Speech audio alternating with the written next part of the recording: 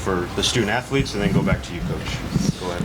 Yeah, hats off to Miami and Coach Martin for getting a win today. Tough football team, very physical group, sound in all three phases of the game.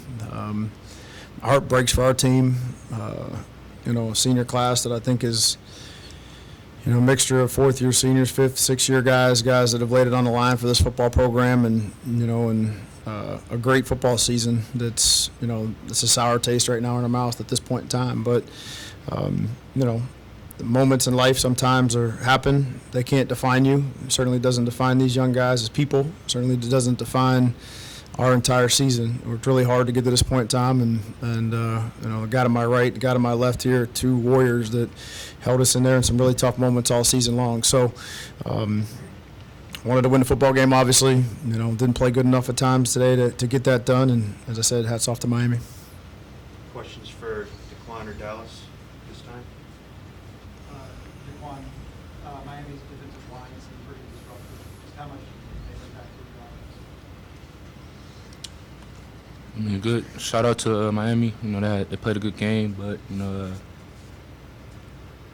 it's part of it. They gonna win some, they gonna win some. They're gonna lose some, they gonna lose some. So it's just part of the game. So it really can't that's not really much of a factor. Really, it was just they won some, we won some. That was really it for real. Dallas, on the third down play, the 50-yard run at the end, what would that happen? I don't know. I got to watch the film. I don't know. He made a play. Just for both of you guys, how do you kind of reconcile just how the state of the moment with all that you guys have accomplished this season, how special it was?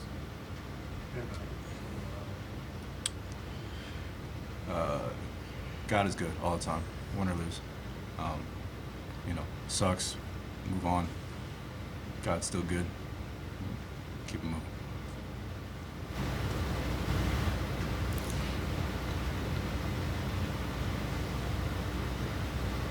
Anything else for these guys?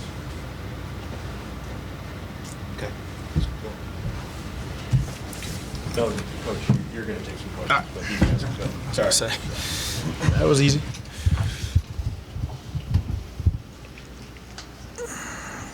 Questions for Coach? What do you feel? Go ahead. Yeah. Coach, how would you rate your team's special teams performance in today's game? Below average, not characteristic of who we are. We didn't, they did a good job. That team has blocked 2 field goals to win games or secure wins this season. They got their hands on them today again, and, we didn't handle a couple punts the right way. We had some leakage on the punt. I have to look at the tape and see where it was, but I thought that certainly impacted the game, and it's a very good special teams unit that we played today, and they're going to put pressure on you, and they've been good in the kicking game for a long time. So stiff test for our guys, and we've been very good there all season long as well. We'll take a look at the tape and correct it and continue to try to get better from it. Did this loss feel uncharacteristic from a penalty perspective to you as a coach for what you've seen from this team? I don't know, there's 17 fouls total in the game. 9 for us, 8 for Miami. So, championship game, I guess everybody starts committing penalties, I guess. I don't know. Did you think the special teams issues, did they feel like game-changing or difference-making things? Yeah, obviously strategy at the end of the game there is to try to get the points on the board while you're there, and you make a field goal there and try to get an onside kick and recover it, and you got to get 2 scores there. So to get that block, that's deflating. To get the other one blocked down there is deflating. Missed extra point, and Luke's been fantastic all season. Some issues punting the ball too. Like I said, I don't know where those came from off the top of my head. In those, I thought Emilio made a couple really clutch plays where, the rush is bearing down on him, and he makes the one he rolls to his left and punts with his left foot, incredible play. And credit to Miami. It's hard to impact the game from a return standpoint when their kicker kicks the ball 5 or 8 yards deep every time, and he's done it all season. So that phase of the game's a wash. You don't really have that, and we've been excellent on kickoff return all year. and that's been a major weapon from a field position standpoint for us. So they negated that. And like I said, in the other couple of those units, I didn't think we were at our best today. So the fielding the punts, was that purposely not supposed to field the punt? Or? Well, I mean, I think he's being ultra careful and not trying to make a mistake there. When the ball comes out low and it's hot like that, then and your coverage is running down on you, you got to do a great job communicating and get out of the way. And their punter does a really good job of mixing it up how it goes. But a couple of those we could have caught, and I thought a couple of those he made really good plays down in there. We caught him on the 10, and had to make fair catches. Speaking of the play, just to be judgmental about their targeting, kind of devastating in every way.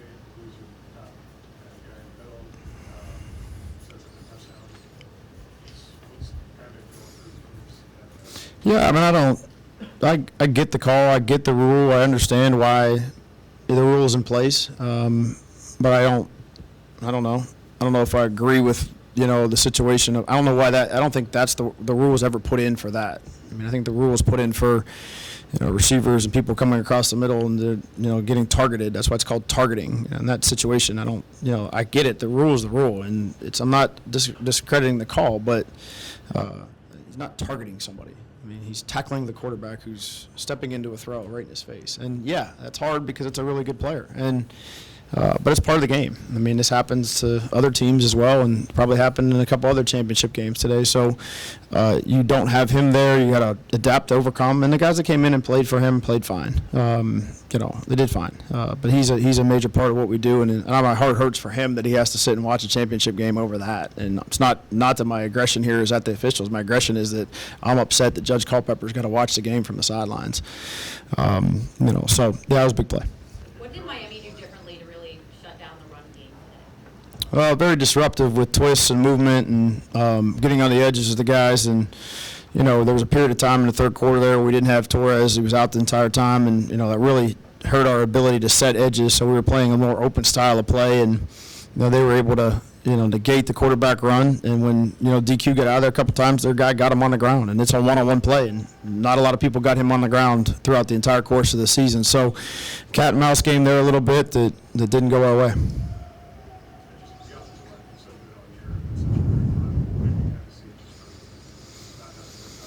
Well, I don't know without watching the tape exactly what the main source of the issues were, but what I would say is the rhythm of the game never got going. And when we would get ourselves ahead of the sticks, we'd get a costly penalty to push us back. And when you're behind the sticks and you're in long yardage situation, advantage defense, you've watched our team do this all year long and really pin their ears back and pin back and go after the quarterback. And, Miami's a team that does that already, and to give them extra momentum and to put gas on that fire, that's a recipe for disaster. Is there something you guys have played with an underdog edge before this time everyone's picking Toledo? You guys have won every game for 3 straight months and all the answers. Is there something to be said for, Miami, have a little more edge today, just kind of coming out angrier?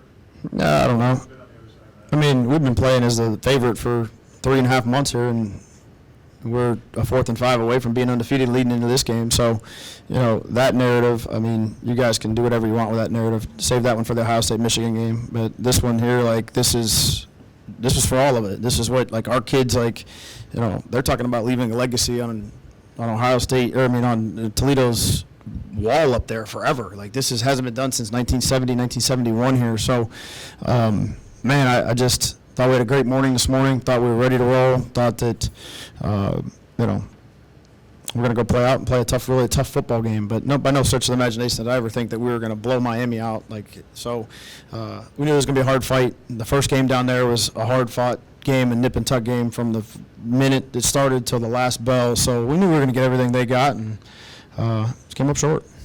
I think it was an illegal shift or illegal formation, 1-2-point version. Did you consider still going for 2 when you got Not after the penalty, and we got a tough spot there too because, we had the ball on the left hash there, and the 2-point conversion didn't happen. And once the ball's locked on the left hash there, it's got to stay on there, and that's when we missed the extra point. I don't know at the end of the game there, maybe that just makes it a 1-score and 8-point game, but. Yeah, I don't know. We were just going to kick it and go and take our point and move on, and we just didn't make it. Time for 2 more, if there are any. Appreciate it, guys. Thank you. Thank you.